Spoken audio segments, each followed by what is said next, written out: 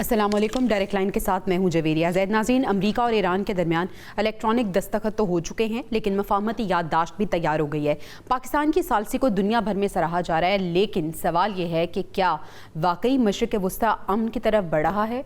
Iran अमरीका के तयशुदा मुज़ाकरात मनसूख हो गए हैं, यानी आज जो एक सेरेमनी होनी थी वो नहीं हुई, जबकि पाकिस्तान का ये मौक़िफ़ है कि ये सेरेमनी जो है वो तकनीकी नौयत के मराहिल में है और अभी ये मुलतवी नहीं हुई है बल्कि ये होगी, यानी मुआहदे का दरवाज़ा बंद नहीं हुआ, रास्ता अब भी कठिन है। उधर डोनाल्ड ट्रंप मुसलसल ये तासुर दे रहे हैं कि अगर इनकी मुदाखलत ना होती तो इसराइल तबाह हो जाता। ईरान के सुप्रीम लीडर ये वाज़े कर रहे हैं कि वो इब्तिदा में इस मुआहदे के हक़ में नहीं थे, मगर सदर की यकीन दहानी पर वो आगे बढ़े। गोया एतमाद अब भी मुकम्मल नहीं है, एतमाद का फुकदान नज़र आ रहा है। सवाल यह है कि क्या इस पूरे अमन अमल की सबसे बड़ी रुकावट बेंयामिन नेतन्याहू हैं। अमरीका और ईरान मफाहमत की तरफ तो बढ़ रहे हैं, लेकिन इसराइल अब भी लबनान से फ़ौज निकालने पर आमादा नहीं हुआ है। जंगबंदी के बावजूद हमले जारी हैं, इश्तियाल अंगेज़ बयानात सामने आ रहे हैं और ख़ित्ते में कशीदगी कम होने की बजाय एक नई शक्ल भी इख्तियार करती दिखाई दे रही है। अगर ट्रंप वाकई इस मुआहदे को अपनी सिफारती कामयाबी बनाना चाहते हैं तो क्या वो नेतन्याहू को काबू में रख सकेंगे? क्या वाशिंगटन अपने करीबी इत्तेहादी को अमन अमल का एहतराम करवा सकेगा? और सबसे बढ़कर नेतन्याहू की आखिर गारंटी कौन देगा? इन तमाम सवालात के जवाब जानना चाहेंगे हम अपने पैनल से। रॉयटर्स ने यह दावा भी किया है, लेटेस्ट खबर ये आ रही है कि इसराइल और हिजबुल्लाह के दरमियान जंगबंदी का मुआहदा भी तय पा गया है, तो इसमें कितनी हकीकत है? जेडी वेंस ने कल जो गुफ्तगू की है, क्या ये उसके ही असरात हैं? पैनल की राय इस पर जानेंगे और प्रोग्राम के आखिरी हिस्से में हम आपको बताएंगे विफाक के 50 से ज़ायद इदारों के मुलाजमीन को बुनियादी तनख्वाह के 100% से भी ज़ायद इजाफी मराद देने का इंकशाफ हुआ है। ये माजरा क्या है, इसकी तफसीलात आपको बताएंगे, मगर पहले बात कर लेते हैं आलमी मंजरनामे की। और डिस्कशन के लिए पैनल मेरे साथ मौजूद है। पैनल का तारुफ मैं आपसे करा देती हूँ। Air vice marshal retired Sajid Habib साहब डिफेंस एनालिस्ट हैं, हमें ज्वाइन कर चुके हैं। स्टूडियोज़ में बाबर डोगर साहब मौजूद हैं और एंकर पर्सन और एनालिस्ट मसूद रज़ा साहब भी आज के डिस्कशन का हिस्सा होंगे। आप तीनों मेहमानों का बहुत शुक्रिया अदा करना चाहूँगी। और साजिद हबीब साहब, डिस्कशन का आगाज़ मैं आपसे कर लेती हूँ। सर, सबसे पहले तो ये बताइएगा कि क्या ऐसी वजह बनी कि आज जो एक सेरेमनी होनी थी बाकायदा तौर पर वो नहीं हो सकी? क्या ये पोस्टपोन हो गई है? क्या मुलतवी हो गई है? क्या इसके असरात मुआहदे पे भी पड़ेंगे? बहुत कन्फ्यूजन जो है वो इस वक्त क्रिएट हो चुकी है, आप कैसे देखते हैं? देखिए, हमारा एनालिसिस तो डिपेंड करता है कि हमें मुस्तनद ज़राए से क्या खबरें मिलती हैं। पाकिस्तान ने कोई इसकी कैंसलेशन की या इसके पोस्टपोनमेंट की वजह नहीं बताई है। यही कहा गया कि चूंकि इलेक्ट्रॉनिकली सिग्नेचर सब कर चुके हैं, हमारे प्राइम मिनिस्टर ने भी कर दिए हैं एज ए मीडिएटर, इसलिए शायद फ़िलहाल उसकी ज़रूरत नहीं रही। लेकिन जो ईरान से जो खबरें आई हैं, जिसको अल जज़ीरा और दूसरे मुस्तनद चैनल ने भी बताया है कि ये जो कल रात इस मुआहदे के होते ही अपना हॉर्मोज के खुलते ही जैसे इजराइल ने लेबनान पे उसके साउथ में जिस तरह से वहशियाना बमबारी की, 18 से ज़्यादा लोग उसके नतीजे में शहीद हुए हैं। देखिए, इजराइल को हम सब पहले दिन से कह रहे हैं कि ये स्पॉइलर है और ये रहेगा, क्योंकि ये पहले दिन से इसकी कोशिश थी और 10 दिन पहले भी इसने दोबारा ईरान के ऊपर हमला किया, जिसके जवाब में ईरान ने जब उसको स्ट्राइक बैक किया तो उसने फिर 24 आवर्स के अंदर, जिसको ट्रंप ने कहा कि मैंने दोबारा से उनकी वो जंगबंदी करा दी है। तो ये स्पॉइलर जो है, ये देखिए माहिदा जो है, इसकी सारी उम्मीदों के ऊपर एक तरह से जो एक्सपेंशनिस्ट उसके डिज़ाइन थे हमारी तरफ,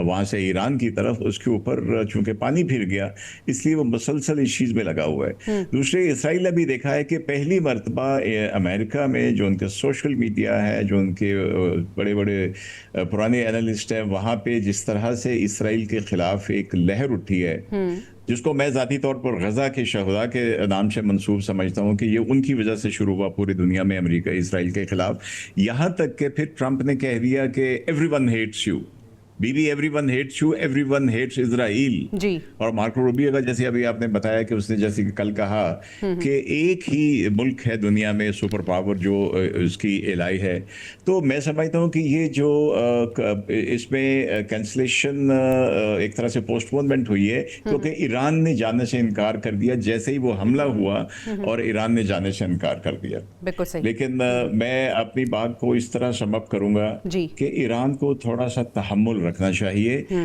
इजराइल अगर कहता है कि मैं उसका मुआहदे का हिस्सा नहीं हूँ, ना मैं सिग्नेटरी हूँ, तो उसको कम से कम अमेरिका के साथ इस वक्त अपने ताल्लुकात को बेहतर करना चाहिए, ताकि वो क्रैक्स जो इसराइल और अमेरिका के दरमियान पैदा हो चुके हैं जी उनको बढ़ाया जाए, ना कि आप ट्रंप को एंटागनाइज करके, क्योंकि ट्रंप के ऊपर बहुत प्रेशर है, कांग्रेस का प्रेशर है, उसमें जो उसकी सेनेट का प्रेशर है, और जो ज़ायनिस्ट लॉबी है उसका प्रेशर है। तो आई थिंक ईरान को थोड़ा तहम्मुल दिखाना चाहिए।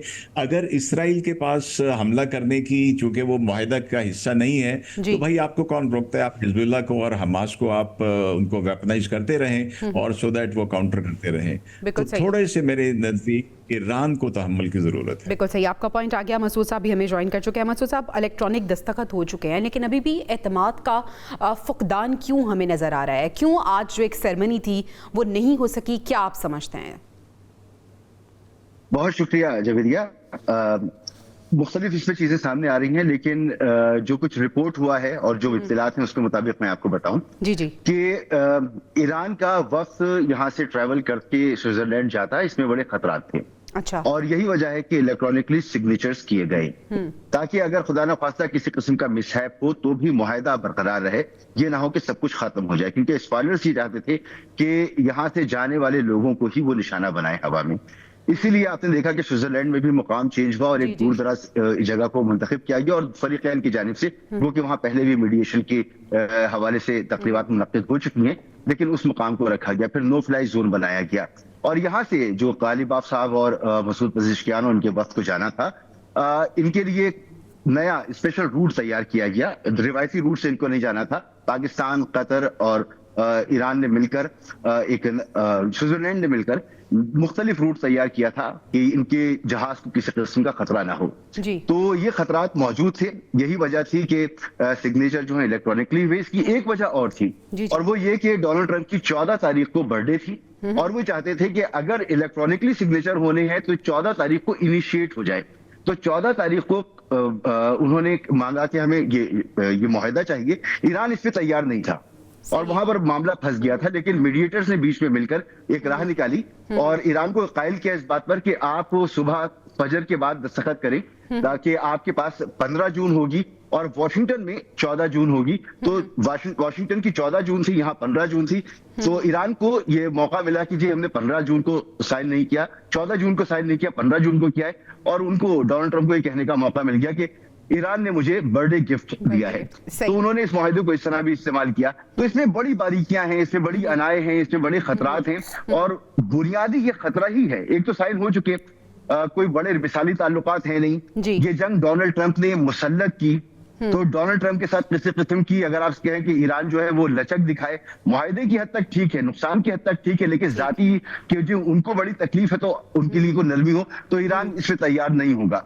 और आपने मुश्तबा खामलाई साहब को भी सुना कि इस मुआहिदे पर, क्योंकि उनकी जो पार्लियामान है और मसूद पज़ेश्कियान ने उनसे वादा किया कि ईरानी लोगों के मफादात पे कोई समझौता नहीं होगा, तो उन्होंने इसकी इजाजत दी। तो दोनों तरफ बड़ी खिंचाव है, बड़ी रिफ्ट है, और ईरान भी कोई, अमेरिका भी कोई बहुत खुशी से इस मुआहिदे में नहीं आया है। जब अमेरिका ने अपने तमाम ऑप्शन एग्जॉस्ट कर दिए, जब उन्होंने ब्लॉकेट भी कर दिया, उन्होंने एयरफोर्स को भी इस्तेमाल कर लिया, उन्होंने अपने मिसाइल भी इस्तेमाल कर लिए, अब उनके पास कोई ऑप्शन नहीं था, तो वो मुज़ाकरात की मेज पर आए। अमेरिका और सामने आए हैं, वो it's kind of surrender from America. अगर हम उसको डिटेल में पढ़ें तो बिल्कुल सरेंडर लग रहा है। चलें हम बाबर डोगर साहब की भी राय ले लेते हैं। मजीद पहलुओं पे भी बात करेंगे कि 60 दिन कितने इंपॉर्टेंट है, ये माहिदा कितना ज़रूरी है, लेकिन आपसे भी बाबर साहब सबसे पहले मैं यही जानना चाहूँगी कि हमारे जो सहाफ़ी हजरात हैं, हमारे कलीग्स हैं, वो इस वक्त वहाँ पर मौजूद हैं। बड़ा एक ऑर्गेनाइज़ किया गया था एक सेरेमनी होनी थी, लेकिन आपकी राय क्या है, ये सेरेमनी क्यों नहीं हो सकी? और इसके ना होने से इलेक्ट्रॉनिक दस्तखत की जो एक मुस्तनद सनद लग चुकी है उस डॉक्यूमेंट पे, क्या उसमें कुछ तब्दीली आएगी? क्या आप समझते हैं कि इलेक्ट्रॉनिक दस्तखत इज़ मोर देन इनफ? देखिए, बिल्कुल सारी दुनिया का इंटरनेशनल मीडिया जो था वो जेनेवा में इकट्ठा हो चुका था। प्राइम मिनिस्टर शहबाज शरीफ का ट्वीट आ गया, ईरान ने एंडोर्समेंट दे दी, उसके बाद अमेरिका से एंडोर्समेंट आ गई कि JD Vance जो है वो जा रहे हैं, और वो इनिशियल जो पहला राउंड होगा उसमें वो डायलॉग में वो हिस्सा लेंगे, मसूद पज़ेश्कियान जाएंगे। ये सारा कुछ चल रहा था, इलेक्ट्रॉनिक साइन हो चुके थे, लेकिन ये जो जंग जब से स्टार्ट हुई है उस वक्त से, बल्कि उससे पहले से ईरान की बड़ी स्ट्रॉन्ग रिजर्वेशन हैं जी। ईरान यूएसए पे इत्माद नहीं करता, इत्माद साजी का अभी तक शदीद फुकदान है। इस वक्त तक जो भी कुछ हुआ, जो जिस तरह से ट्रम्प स्टेटमेंट्स देते रहे हैं, आज कुछ स्टेटमेंट, अगले दिन बिल्कुल से रिवर्स, धमकियाँ, अटैक की बातें, तो अभी तक भी इत्माद साजी का फुकदान है। इलेक्ट्रॉनिक साइन होने के बाद उम्मीद तो ये की जा रही थी कि स्ट्रेट ऑफ हॉर्मुज़ खुल जाएगा, इसराइल जो है वो लेबनान से पीछे हट जाएगा और उनके दरमियान एग्रीमेंट हो जाएगा, पीस हो जाएगा। क्योंकि इस पीस प्रोसेस में ये जो सारा कुछ चल रहा है, इसमें सबसे ईरान की अहम जो शर्त थी वो ये थी कि ईरान के साथ लेबनान पे इसराइल अटैक नहीं करेगा। बिल्कुल ऐसा ही है। और उस पे भी वही कंडीशंस जो हैं वो इम्प्लीमेंट होंगी। अभी जिस तरह से बात हो रही थी, एयर मार्शल साहब कह रहे थे कि जिस तरह से आज इसराइल ने लेबनान पे अटैक किया, वहाँ पर शहादतें हुई, तो उस पे ईरान की रिजर्वेशन थी, कुछ और शिकें ऐसी थी। वो ये चाह रहा है कि इस पहले राउंड के जो डायलॉग हैं उससे स्टार्ट होने से पहले कुछ कंक्रीट चीज़ें सामने आनी चाहिए कि अमेरिका ने कोई ऐसे विजिबल स्टेप्स किए हैं जिससे इत्माद साजी का जो है वो बढ़ सके, मजबूत हो सके। अभी जो आप राइटर्स की स्टोरी कह रही हैं कि राइटर्स की अभी ये एक स्टोरी आई है जिसमें कतर और अमेरिका ने फैसिलिटेट किया है और लेबनान और इसराइल के दरमियान फाइनल टॉक हुई है जिसमें सीज़ फायर की यकीनदानी करा दी गई है कि दोनों के दरमियान ये जो सारे स्टेप्स लिए जा रहे हैं, जिस तरह से कतर एक्टिव है, पाकिस्तान एक्टिव है, पाकिस्तान ने ये मीटिंग होस्ट कर रहा था, तो सबसे ज़्यादा डिसअपॉइंटमेंट तो पाकिस्तान को हुई कि जो इसका हौस था, जो इसकी सारी एफर्ट थी, जो पाकिस्तान जो फैसिलिटेट करता रहा जी, ये अल्टीमेटली ये जो एक बहुत बड़ी पाकिस्तान के लिए अपॉर्चुनिटी थी, बहुत बड़ा पाकिस्तान के लिए एजाज़ था कि वो एक दुनिया की एक इतनी बड़ी लड़ाई जो है उसको फैसिलिटेट कर रहा है, चाहे जिनेवा में कर रहा है, लेकिन ये एक डिसअपॉइंटमेंट थी। लेकिन अब अमेरिका जो है उससे ईरान चाह रहा है कि विजिबल स्टेप्स ले अगले राउंड को स्टार्ट करने से पहले, और पहला स्टेप जो है जो अभी जो लेबनान और इसराइल के दरमियान एग्रीमेंट हुआ है, ये उसका पहला स्टेप। और ये एक चीज़ आप याद रखिएगा, ईरान ये एक्सपेक्ट करता है जिस तरह से ट्रम्प जो स्टेटमेंट्स दे रहे हैं कि अगर मैं ना होता तो इसराइल ना होता, या इसराइल दुनिया में तन्हा हो गया, या जो भी उन्होंने इसराइल के हवाले से स्टेटमेंट्स दी हैं, तो ईरान ये समझता है कि अमेरिका जो है अगर वो इसराइल पे प्रेशर डाले तो इसराइल जो है वो पीछे हट सकता है। और इसीलिए वो अमेरिका पे प्रेशर डालने के लिए उन्होंने कि लेबनान पीस इंश्योर होना चाहिए, उन्होंने ये टेक्निकल जो पहली मीटिंग थी उस पर मसूद पशकियान जो है उन्होंने इनकार किया कि जब तक अमेरिका कुछ विजिबल स्टेप्स नहीं लेगा उस वक्त तक दूसरा राउंड स्टार्ट नहीं। अच्छा, बिल्कुल सही, आपका पॉइंट आ गया। अच्छा साजिद साहब, इसको हम रिलेट कर लेते हैं कल की जेडी वैंस की गुफ्तगू के साथ। जेडी वैंस ने कल बहुत वाज़ेह तौर पे कहा है कि इसराइल को अमन अमल का एहतराम करना होगा और बैरूत में शहरियों पर हमले बिल्कुल काबिल कबूल नहीं है। अगर हम कंपैरिजन करें इन बिटवीन डोनाल्ड ट्रंप और जेडी वैंस, तो आपको लगता है कि जेडी वैंस की बात में ट्रंप से ज़्यादा वजन है? और जेडी वैंस ने जो बड़ी सख्त गुफ्तगू की है इसराइल के हवाले से, क्या वो भी एक कड़ी बनी है कि आज हमें रॉयटर्स की तरफ से जो खबर मिली है कि इन दोनों के दरमियान जो माहिदा है जंगबंदी के हवाले से वो तय हो गया है, तो आप समझते हैं कि ऐसा है? अच्छा, मैं इसको दो तरह से इसको देखता हूँ। पहली बात तो ये कि मैं जैसे मैंने पहले कहा कि इसराइल इस मुआहदे में कहीं सिग्निफिकेंट नहीं है, तो वो इसकी लेवरेज ले सकता है जो उसने ली है कि मेरा तो इससे कोई ताल्लुक नहीं, ना मैंने साइन किए हैं, ना मेरे से नेगोशिएशंस हुई हैं। दूसरी बात यह कि चूंकि सारी दुनिया को पता है और अब क्लियरली, जैसे आपने जेडी वैंस का जिक्र किया, उसने कल क्लियरली कहा जो इसराइल के बारे में कहा, और उससे पहले जो एक्सियोस की रिपोर्ट के मुताबिक जिस तरह ट्रंप ने बीबी को everyone hates you, no one likes you, वो सारा बात कहा, जी। तो आई थिंक ये क्रैक्स तो बिल्कुल बड़े वाजे हो गए, और यही ट्रंप का सबसे बड़ा पॉलिटिकल एक जिसको है कि इम्तिहान है कि वो किस तरह टेम करता है इसराइल को, क्योंकि इसराइल स्पॉइलर के तौर पे रहेगा। दो चीजें, एक इसराइल देखिए अब तक हमेशा से इसराइल ये समझता रहा कि जो हम कहेंगे वो अमेरिका को करना होगा। ये पहली दफा है, हमसे मसूद साहब के साथ भी बात कर चुके हैं कि एक नार्सिसिस्ट में जो ट्रंप है और उसमें और एक जो समझता था कि हमारा कहा हुआ ही फाइनल वर्ड है नेतन्याहू में, एक कॉन्फ्लिक्ट पैदा हुआ। ये दो इंडिविजुअल्स का कॉन्फ्लिक्ट है जिसकी वजह से ये बातें हम आज सुन रहे हैं। बिल्कुल सही। तो आई थिंक जी ये उसकी वजह से हुआ है। तो मैं समझता हूँ कि ये सबसे बड़ा ट्रम्प का इम्तिहान है और इनको प्रेशर डालना पड़ेगा।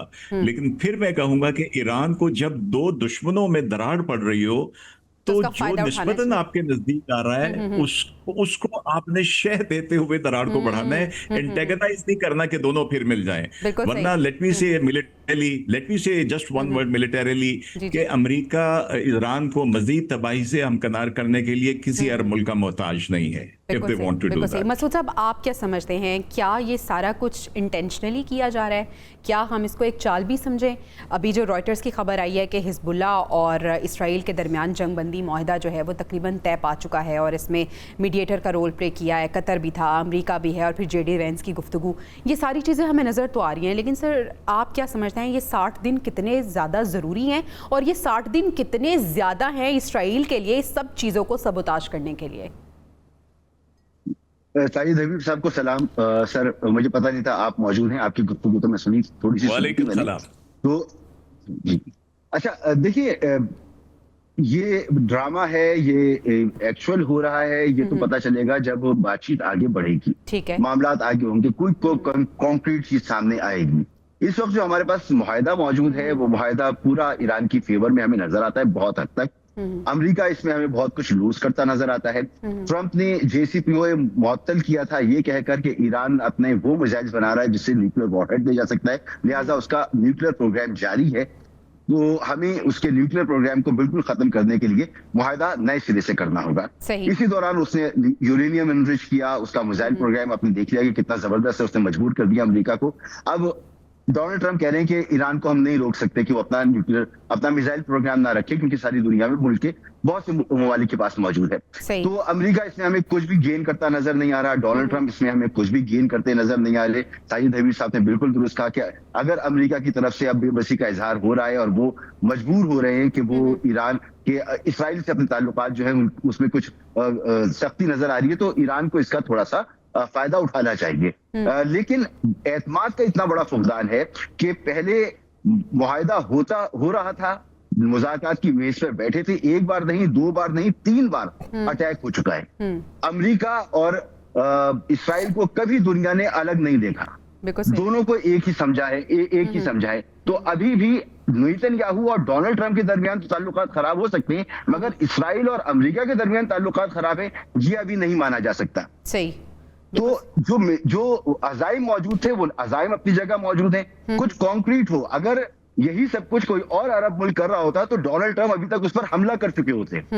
जो इसराइल कर रहा है, बात नहीं मान रहा, मुआहिदे का वो हिस्सा था कि जब पहला मुआहिदा हुआ है तो उसमें एग्री किया गया था और फिर वो उस मुआहिदे से बाहर गया कि उसने लबनान पे हमले किए। पाकिस्तान ने इसका जिक्र किया, फिर डोनाल्ड ट्रंप ने जिक्र किया, फिर JD वैंस आए कि नहीं जी वो गलती हो गई और वो इसराइल पर लागू नहीं होता, लेकिन हमला तो दोनों ने साथ किया था। अच्छा, अब जो सिचुएशन है, अगर अरब ममालिक और सऊदी और ईरान जो है वो बराह रास्त हमला शुरू कर दे इसराइल के ऊपर, तो इसकी क्या गारंटी है कि अमेरिका बीच में नहीं आएगा?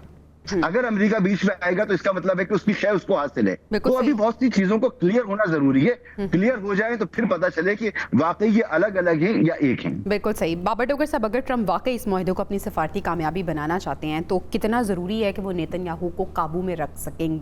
आपको लगता है कि नेतन्याहू को काबू करना आसान है? क्योंकि र्यूमर्स तो ये भी हैं कि इसराइल अमेरिका को चला रहा है, कभी लगता है कि अमेरिका इसराइल को चला रहा है, क्या समझते हैं आप? देखिए, जब से ये जंग स्टार्ट हुई है एक चीज़ तो क्लियर है कि इसराइल की बड़ी स्ट्रॉन्ग लॉबी जो है वो वाइट हाउस में बैठी हुई है। आप स्टीव विटकॉफ की बात कर लें, आप JD कुशनर की बात कर लें, आप हेक्सेट की बात कर लें, सेक्रेटरी ऑफ डिफेंस जो हैं वो सारे बड़े स्ट्रॉन्ग लॉबीस्ट हैं इसराइल के, और ट्रंप पे बहुत ज़्यादा इन्फ्लुएंस है। अब इसी इन्फ्लुएंस की वजह से अमेरिका जो है वो इसराइल के कहने पे इस वादे के साथ कि ये जंग जो है 2 हफ्ते से ज़्यादा नहीं रहेगी और ईरान सरेंडर कर देगा। अमेरिका इस जंग में आया और अल्टीमेटली जिस तरह से अमेरिकी सदर जो हैं वो इसमें एंगेज हुआ, जिस तरह से अमेरिका इसमें उलझ गया, फंस गया और जो आपने हरमुज़ का जो इशू था, मेरा ख्याल है कि जंग से पहले उनके ध्यान में भी नहीं था कि आर्म हरमुज़ जो है वो इस तरह का स्ट्रॉन्ग वेपन बनेगा इस ईरान के लिए कि उसका कोई जवाब नहीं है, पूरी दुनिया के पास कोई जवाब नहीं है। बिल्कुल सही। तो इसकी कोई जंगी तैयारी नहीं थी। इसराइल के ने एक जाल बुना, अमेरिका उस पर फंसा और उसने उसके साथ अटैक कर दिया। अब with the passage of time एक रियलाइजेशन है, ट्रंप जो है वो अपनी पॉपुलैरिटी खो रहे हैं, आगे नवंबर में इलेक्शन आ रहे हैं, ट्रंप खुद जो है फंस गए हैं।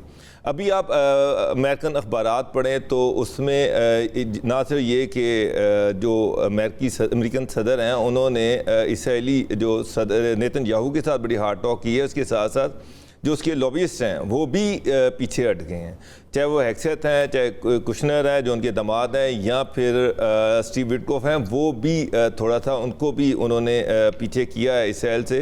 तो एक चीज़ तो क्लियर है कि अगर अमेरिका सिंसेरिटी शो नहीं करता, ये जो मुज़ाकरात जो टेक्निकल टॉक्स जो हैं ये अगले 2 महीने के लिए रखी गई हैं, इसके पीछे यही है कि अमेरिका जो है उसको विजिबली दिखाना पड़ेगा कि ईरान के साथ वो सिंसियर है और इस मसले का हल ये चाहता है। अगर सिंसियर स्टेप्स नहीं लेगा तो ये मुज़ाकरात आगे नहीं बढ़ने।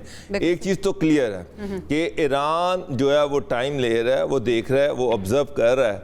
तो ये कि कोई चाल चल रहा है या कोई डिसीट कर रहा है, धोखा दे रहा है, तो ये with the passage of time ये सारी चीजें क्लियर हो जाएंगी। मौक़िफ़ अपनाया है कि मुआहदे की खिलाफ वर्जी अगर हुई तो जवाब देने से हम गुरेज नहीं करेंगे। नाज़रीन, ये जो मफाहमती याददाश्त पर दस्तखत हुए हैं, इसके बाद हमने बहुत बड़ी तब्दीली देखी है आलमी मंडी में। हमने देखा है कि खाम तेल की कीमतों में कमी का सिलसिला जारी है और पाकिस्तान के लिए बड़ी खबर अब से कुछ देर पहले वज़ीर आज़म साहब ने अनाउंस की है, पेट्रोल और डीज़ल की कीमतों में खासी कमी हुई है और पेट्रोल की जो कीमत है 74 रुपये इसमें कमी हुई है और 299 रुपये हो गई, और डीज़ल की कीमत में 67 रुपये कमी हुई है और 311 रुपये फ़ी लीटर हो गया। तो क्या ये तब्दीली जो है और ये जो सिफारती कामयाबी है इसके समरात in terms of economy, in terms of energy, oil sector क्या हमें मिलेंगे और हमारी आवाम को भी इससे फ़ायदा होगा, वो भी मुस्तफ़ीद होंगे? इस पे पैनल की राय हम जानेंगे। Stay with us. Welcome back नाज़रीन। अमेरिका ईरान मफाहमती याददाश्त पर जो दस्तखत हुए हैं इसके बाद हमने देखा है कि आलमी मंडी में खाम तेल की कीमतों में कमी जो है वो वाक़ हुई है। पाकिस्तान पे इसके क्या असरात मुरतब होंगे और इससे पाकिस्तान को उनको कितना फ़ायदा होगा इन terms of economy, in terms of energy, in terms of oil? इसी पे बात हम कर लेते हैं। साजिद हबीब साहब, आप क्या समझते हैं कि अभी ऐलान हुआ है पेट्रोल की कीमत में भी कमी हुई है, डीज़ल की कीमत में भी कमी हुई है, क्या ये आगाज़ है मुख्तलिफ तरह से हम इस मफाहमती याददाश्त पर जो दस्तखत हुए हैं और ये जो तनाज़ा है इसको हल करने में जो हमने मीडिएटर का रोल प्ले किया है, इसके मुख्तलिफ सेक्टर्स में हम असरात देखेंगे और पाकिस्तान के लिए, पाकिस्तान की आवाम के लिए ये बहुत खुशाइन साबित होगा? बिल्कुल आगाज़ तो है, लेकिन जिस तरह से वो सारा जो प्रोसेस चल रहा है वो उसके बारे में लोग स्केप्टिकल हैं। मैं ज़ाती तौर पे इसके बारे में भी अभी तक स्केप्टिकल इस तरह से हूँ। देखिए, जो प्राइसेस ऊपर गई वो नीचे आएंगी। पहले तो हमारे मुल्क में नीचे उस सतह पे आते नहीं जहाँ से उठाई जाती हैं। जो उससे एसोसिएटेड चीज़ें होती हैं उन पर डेफिनेटली फ़र्क पड़ेगा। अभी से शायद किराए का जो कार्गो के हैं, पैसेंजर्स के हैं, कोई जो एनर्जी में जहाँ पे फ्यूल इस्तेमाल होता है वहाँ पे कुछ कमी आना शुरू हो जानी चाहिए, होगी। पेट्रोल तो I am holding my own filling the tank. आज रात को के सुना है कि कोई 70-75 रुपये कम हो रहा है। लेकिन इसमें मैं चाहूंगा कि एज ए मीडिएटर जो हमने काम किया है, इसका जो इसको हमें मिलना चाहिए वो इससे बहुत ज्यादा है। फॉर एग्जांपल, इसके बाद हमारे ऊपर कोई पाबंदी नहीं रहनी चाहिए IPI बनाने की। I am for that. अगर India, Iran, Pakistan, India pipeline बनती है तो क्यों नहीं? अगर इंडिया से कोई परेशानी है तो भाई उसकी गर्दन तो हमारे हाथ में होगी और उससे हो सकता है कि इंडिया से हालात बेहतर होने शुरू हैं। ईरान के साथ हमारी डायरेक्ट ट्रेड बढ़ जानी चाहिए। अच्छा, साजिद साहब, आपकी मौजूदगी का फायदा उठाते हुए मैं आपसे कंफर्म करना चाहूंगी, खबरें ये भी हैं कि हो सकता है कि डोनाल्ड ट्रंप जो हैं वो पाकिस्तान और इंडिया के दरमियान अब मीडिएटर का रोल प्ले करें और कश्मीर के मसले के हवाले से भी कोई बात आगे बढ़े। आप समझते हैं ऐसा हो सकता है? देखिए, अगर ऐसा हो तो क्यों नहीं? एंड ऑफ द डे हमने खुद देख लिया अपने रीजन में कि हर हर मसले का हल आखिरकार बैठ के बातचीत करने में है, जिसके लिए हम 78 बरस से इंडिया को कह रहे हैं। इंडिया जो खुद गया था यूनाइटेड नेशन में ईरान के मसले के ऊपर, और फिर अपनी बात से वो नेहरू ने वादा किया था उससे फिर गए, तो हम तो उसको करने को तैयार हैं, क्यों नहीं होगा। लेकिन गेटिंग बैक टू इकोनॉमिकली क्या फायदा होगा, मुझे उस दिन फायदा नजर आएगा जब हमने मिलिटरीली रीजन में प्रूव कर दिया, हमने डिप्लोमेटिकली दुनिया पे साबित कर दिया। अब इकोनॉमिकली हम अपने लोगों पे साबित करें कि पाकिस्तान में इन्वेस्टमेंट हो रही है, और हम इतनी बड़ी ताकत डिप्लोमेटिक और मिलिट्री हो के हम IMF के 2 मामूली दर्जे के अफसरान के सामने अगर अपना बजट ना पेश करें, घुटने ना टेकें, तो तब मेरी तसल्ली होगी। बिल्कुल सही है। मसूद साहब, अग्री करते हैं आप जो बातें हो रही हैं, अगर ईरान से सैंक्शंस हट जाती हैं पाकिस्तान को कितना फायदा होगा? अभी पेट्रोल की प्राइसेस में कमी हुई है, कैसे आप देखते हैं इससे? मैं 100% इस बात करता हूँ सईद हबीब साहब से। देखिए, हमारे पास हम डेट ट्रैप का शिकार हैं। हमने इस दफा जो बजट पेश किया है, बहुत मुश्किल बजट पेश किया है। पिछली दफा जो टैक्स कलेक्शन किया है उसमें 1000 अरब का शॉर्टफॉल था। अब हमें उससे ज्यादा बजट टैक्स जमा करना है। हम रिटेलर्स को टैक्स नेट में लाने की बात करते हैं, लेकिन पिछले दौर में जो ताजिर दोस्त स्कीम का हाल हुआ है वो आपके सामने मौजूद है। तो हम टैक्स बेस को ब्रॉड तो जरूर कर रहे हैं, लेकिन टैक्स लेने वालों की तादाद में जिनसे हमें लेना है उसमें हमने इजाफा नहीं किया, बल्कि हमने मजीद टैक्स चोरी के दरवाजे खोले टैक्स रेट बढ़ाने के बाद। तो मुझे बहुत मुश्किल लगता है कि हुकूमत जो है वो अपने महसूलात जमा कर सके। और हुकूमत ने ये जो महंगाई हुई थी ना, ये जो पेट्रोल महंगा हुआ था, इसमें कुछ तो आबनाए हुर्मत की वजह से था, लेकिन बहुत सारा जो है हमने इसका फायदा उठाया है। हमने उसका नाजायज फायदा उठाया है, आवाम की जेब से उसका हमने बड़ा पैसा जमा किया है। और मुझे लगता है कि ये शायद तसलसल हुकूमत को आगे रखना पड़ेगा। अगर तो जो हमने रोल प्ले किया है दुनिया में, जो इस वक्त हमारी स्टैंडिंग है, उसके हिसाब से अगर हम इन्वेस्टमेंट लाने में कामयाब हो जाएं, अगर हम ईरान से गैस लेने में, तेल लेने में कामयाब हो जाएं, हम यहाँ पर हालात को बेहतर करने में कामयाब हो जाएं, तो बड़ी बात होगी। इस वक्त हमारे 2 सूबों में हालात खराब हैं। इस वक्त कश्मीर में भी हम देख रहे हैं जो सूरत हाल मौजूद है। फिर जो पॉलिटिकल सिचुएशन है, हम इसको मैनेज तो कर रहे हैं, लेकिन ये ऑर्गेनिक नहीं है, तो इसके अपने असरात हैं। तो इन्वेस्टमेंट वहां आती है जहां पर आप अग्री करते हैं कि एक्सटर्नल जो सिचुएशन है उसमें तो हमने बहुत अच्छा रोल प्ले किया, but now it's time to resolve our internal issues, जो हमारे मुल्क के अंदरूनी मामला चल रहे हैं, जो इंस्टेबिलिटी चल रही है, उस सबको हल करना बहुत ज़्यादा ज़रूरी है और फोकस इस तरफ होना चाहिए अब। डेफिनेटली इसके बगैर तो आप कर ही नहीं सकते ना। कोई इस पैसा क्यों लगाएगा जब उसको ये पता है। तो जी जरूर आप मुआहदे कर लें, आप चाइना से सीपैक कर लें, आप सऊदी अरब से बात कर लें, लेकिन आप एक पाकिस्तानी खुद अपना पैसा नहीं लगा रहा इस वक्त। अगर जब पाकिस्तानी ही पाकिस्तान में पैसा नहीं लगा रहा, तो आप बाहर से कैसे लेकर आएंगे? तो आपको बहुत कुछ करने की जरूरत है। आप बेनजीर इनकम सपोर्ट प्रोग्राम पे 8,000 अरब रुपए से ज्यादा खर्च कर रही, लेकिन एजुकेशन पे तो उसका अशीर भी खर्च नहीं कर रहे। बिल्कुल सही। तो आपको जरूरत नहीं है कि स्किल्ड लेबर आपके पास हो, आप PhD भी कम कर रहे हैं, जरूरत नहीं है आपको कि आपके इंफ्रास्ट्रक्चर बने। तो ये फोकस नजर नहीं आ रहा हुकूमत का, और ये परेशानी की बात है। बिल्कुल सही, बिल्कुल सही, आपका पॉइंट आ गया। बाबर डोगर साहब, बहुत सी चीज़ें पैरेलल चल रही हैं साइड बाय साइड। बजट आया है, उसके बाद हमने देखा है कि उस पर भी बहुत ज़्यादा बहस हो रही है। अब हम देख रहे हैं कि चलें सिचुएशन कुछ बेहतर हुई है, पेट्रोल की प्राइसेस कम हुई हैं। क्या समझते हैं, जस्टिफाइड है ये प्राइस है, या आप समझते हैं कि इससे भी कम होनी चाहिए और फिर मुख्तलिफ सेक्टर्स में भी काम होने की ज़रूरत है? तब हम समझेंगे कि हालात बेहतर हुए हैं, पाकिस्तान ने वाकई कोई रोल प्ले किया है, जब आवाम खुश होंगे और आवाम उससे मुस्तफ़ीद होंगे। जब ये जंग स्टार्ट हुई उस वक्त आलमी मार्केट में तेल की कीमत $72 पर बैरल थी और पाकिस्तान में 265 रुपये फ़ी लीटर थी। जंग के बाद मैक्सिमम जो कीमत गई वो $112 पर बैरल तक गई और पाकिस्तान इस दुनिया में पाकिस्तान में पेट्रोल की सबसे ज़्यादा कीमत बढ़ी। इतनी कीमत कंपैरेटिवली किसी और मुल्क में नहीं बढ़ी। किसी दूसरे 165 रुपये पर लीटर पाकिस्तान में कीमत बढ़ाई गई। आप कंपैरिजन कर लें पूरी दुनिया में, अमेरिका में चंद पेंसेस ऊपर गया, शायद इसी तरह यूरोप और सारे में इतना कोई बहुत बड़ा डिस्पैरिटी नहीं थी, लेकिन पाकिस्तान में एकदम बहुत ज़्यादा कीमत बढ़ाई गई इस जंग को लेके। और ये भी बात सारे पाकिस्तानियों को क्लियर है कि कौम ने तो बड़ी कुर्बानी दी और उसमें इसको यूज़ किया गया। जो FBR की जो टारगेट थे, जो हदफ थे, वो लेवी लगाकर उनको पूरा किया गया। उसके शॉर्टफॉल को पेट्रोल की कीमत बुनियाद बनाकर उसको पूरा किया गया। जी।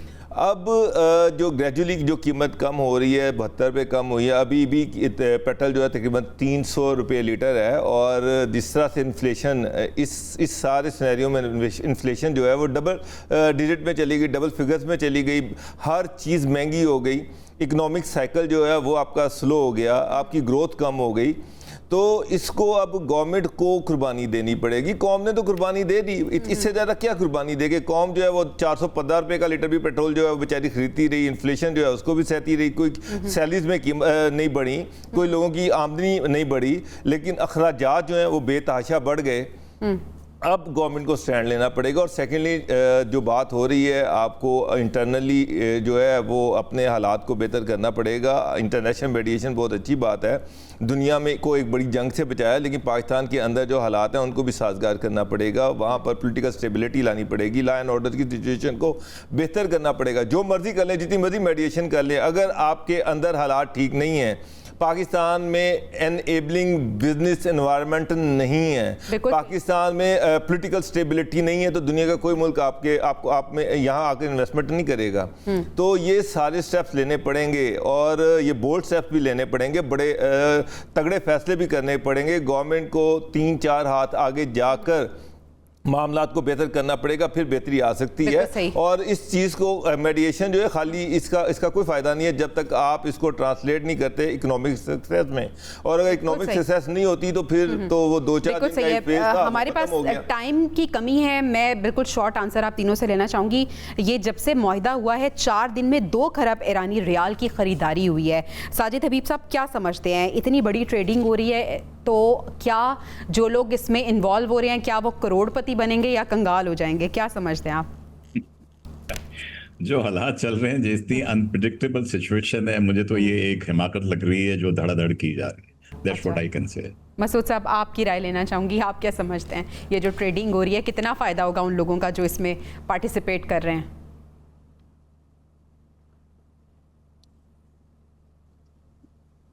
बाबर साहब, आप ज़रा बताइएगा। देखिए अब आपने तो नहीं इन्वेस्ट किया? नहीं, मैंने इन्वेस्ट नहीं किया, लेकिन पाकिस्तान में इतलात है कि बहुत सारे लोगों ने बहुत ज़्यादा इन्वेस्ट किया है और इस वक्त ईरानी जो रियाल है उसकी कोई वैल्यू नहीं है। और अगर ईरानी करेंसी की कोई वैल्यू नहीं है, अगर ईरान पे सैंक्शन उठती हैं, ईरान जो है वो उसमें आलमी मार्केट जो है उसमें अपना रोल प्ले करना शुरू कर देता है और उसकी इकोनॉमी बेहतर होती है, 200-300 अरब डॉलर उसको जो 200-300 अरब डॉलर जो है वो उसको मिल जाते हैं, तो ऑफकोर्स ईरानी जो करेंसी है उसकी वैल्यू बहुत बढ़ेगी। और जब बढ़ेगी तो जिन्होंने उस पर इन्वेस्टमेंट की अल्टीमेटली मुझे लग रहा है कि बेचारों की इन्वेस्टमेंट ज़ाया नहीं जाएगी। अच्छा मसूद साहब, आपका पॉइंट लेना चाहूँगी, इन्वेस्टमेंट ज़ाया जाएगी या बहुत फ़ायदा होने वाला है और हम भी थोड़ी बहुत इन्वेस्टमेंट कर दें? मैं सोच रही हूँ वैसे। नहीं, मुझे लगता है कि ये फौरी तौर पे कुछ नहीं होगा। ईरान की इकोनॉमी बहुत कमज़ोर है, तो वो ऊपर आते आते उसको बड़ा वक्त लगेगा। वहाँ पर अभी ट्रिलियन डॉलर्स का नुकसान हुआ है, उनको उसको पूरा करना है और उससे पहले 45 साल से वो सैंक्शंस बर्दाश्त कर रही, तो टाइम जरूर लगेगा। अगर आपको लंबी लॉन्ग टर्म इन्वेस्टमेंट करनी है 15-20 साल की 25 साल की, तो आप कर लीजिए। अच्छा। मुझे नहीं लगता कि कोई बहुत जल्द जो है कोई फर्क पड़ने वाला है। चलिए, होप फॉर द बेस्ट। जिन लोगों ने इन्वेस्टमेंट किया, हम उम्मीद कर सकते हैं कि उन्हें फ़ायदा, उन्हें नुकसान ना, और सिचुएशन जो है वो मज़ीद बेहतर हो, ताकि पूरी दुनिया में जो आम आवाम है जिन्होंने बहुत ज़्यादा गवाया है इस पूरी सिचुएशन से, इस पूरे तनाज़े से, बड़ी वर्स्ट सिचुएशन में, उनकी हालात जो हैं वो कुछ बेहतर हों, इंक्लूडिंग पाकिस्तान और पाकिस्तान की आवाम, और उसमें हम भी शामिल हैं। बहुत शुक्रिया अपने मेहमानों का अदा करना चाहूँगी। Air vice martial Sajid Habib साहब, मसूद रज़ा साहब, बाबर डोगर साहब हमारे साथ मौजूद है। अभी हमें ब्रेक पे जाना है नाज़रीन, ब्रेक से वापस आएंगे तो एक बहुत बड़ा इंकशाफ हुआ है। वो इंकशाफ क्या है उसकी डिटेल्स आपके साथ शेयर करूँगी। Stay with us. Welcome back नाज़रीन। एक तरफ अवाम रोती है कि तनख्वाहें बहुत कम हैं, तो दूसरी जानिब वफाक के 50 से ज़ायद इदारों के मुलाजमीन को बुनियादी तनख्वाह के 100% से भी ज़ायद इजाफी मरारात दिए जाने का इंकशाफ हुआ है। सरकारी ज़राए ये बताते हैं कि 50 से ज़ायद वफाकी इदारों के मुलाजमीन को बुनियादी तनख्वाह के 100% से भी ज़ायद इजाफी मरारात के साथ ज़्यादा तनख्वाहें दी जा रही हैं। तनख्वाहों के ढांचे से वाकिफ हुकाम के मुताबिक बाज़ सूरतों में मजमूई तनख्वाहें आम सरकारी महकमों में इसी ग्रेड के अफसरान के मुकाबले में 2 से 3 गुना तक ज्यादा हैं। इनमें सदर सेक्रेटेरिएट, वजीर आजम ऑफिस, कौमी असम्बली सेक्रेटेरिएट, सेनेट सेक्रेटेरिएट, तमाम आला अदालतें, कौमी एहतसाब ब्यूरो, इंटेलिजेंस इदारे, टैक्स हुकाम और मुख्तलिफ खुसूसी ट्रिब्यूनल्स और अदालतों के मुलाजमीन शामिल हैं। आला सतह के आईनी ओहदों और इन्फोर्समेंट एजेंसीज के अलावा ज्यादा मराद देने वाले इदारों में खुसूसी तालीम, बहाली और सेहत के इदारे, ट्रिब्यूनल्स, पुलिस तंजीमें और खुद मुख्तार इदारे भी शामिल हैं। कई बरसों से वफाकी हुकूमत मुख्तलिफ वजूहात की बुनियाद पर मुख्तलिफ रीजन्स पर मुंतखब इदारों को खुसूसी अलाउंसेस देती रही है, जिनमें कारकर्दगी की तकरीबात, अमली ज़रूरियात और हुनरमंद अमले को बरकरार रखना शामिल है। लेकिन इसका नतीजा एक ही हुकूमती ढांचे के अंदर मुतअद्दिद तनख्वाही निज़ामों की सूरत में निकला है। एक आम वजारत में काम करने वाला ग्रेड 20 का अफसर उस अफसर के मुकाबले में कहीं कम तनख्वाह हासिल करता है जो इसी ग्रेड में किसी ऐसे इदारे में तैनात हो जहां खुसूसी अलाउंसेस दिए जाते हैं। नाकदीन ये कहते हैं कि इससे यकसां बुनियादी तनख्वाह के निज़ाम का उसूल मुतासिर हुआ है और ऐसी सूरत हाल पैदा हो गई है जिसे कई ब्यूरोक्रेट्स हुकूमत के अंदर हुकूमत करार देते हैं। चंद साल कबल वजारत ख़जाना ने सिर्फ वफाकी सेक्रेटेरिएट के उन मुलाजमीन के लिए डिस्पैरिटी रिडक्शन अलाउंस DRA मुतारिफ कराया जो मामूल की तनख्वाहें ले रहे थे। अगरचे ये इस बात का एतराफ़ था कि तनख्वाहों का फ़र्क हद से ज़्यादा बढ़ चुका है, लेकिन वफाकी सेक्रेटेरिएट के बाहर ज़्यादातर सरकारी मुलाजमीन को यह अलाउंस दिया ही नहीं जाता। वफाकी सेक्रेटेरिएट के उन अफसरान को इजाफी मुआवजा देकर जिन्हें पहले कोई खुसूसी मरात हासिल नहीं थी, हुकूमत ने सिविल सर्विस में बढ़ती बेचैनी कम करने की कोशिश की है। ताहम बासर इदारे अब भी अपने मुलाजमीन के लिए मजीद अलाउंसेस और मरात हासिल करते जा रहे हैं। नाज़रीन, सवाल यह है कि क्या एक ही हुकूमत के अंदर 2 या 3 तरह के तनख्वाही निज़ाम इंसाफ के तकाज़ों से मुताबिकत रखते हैं?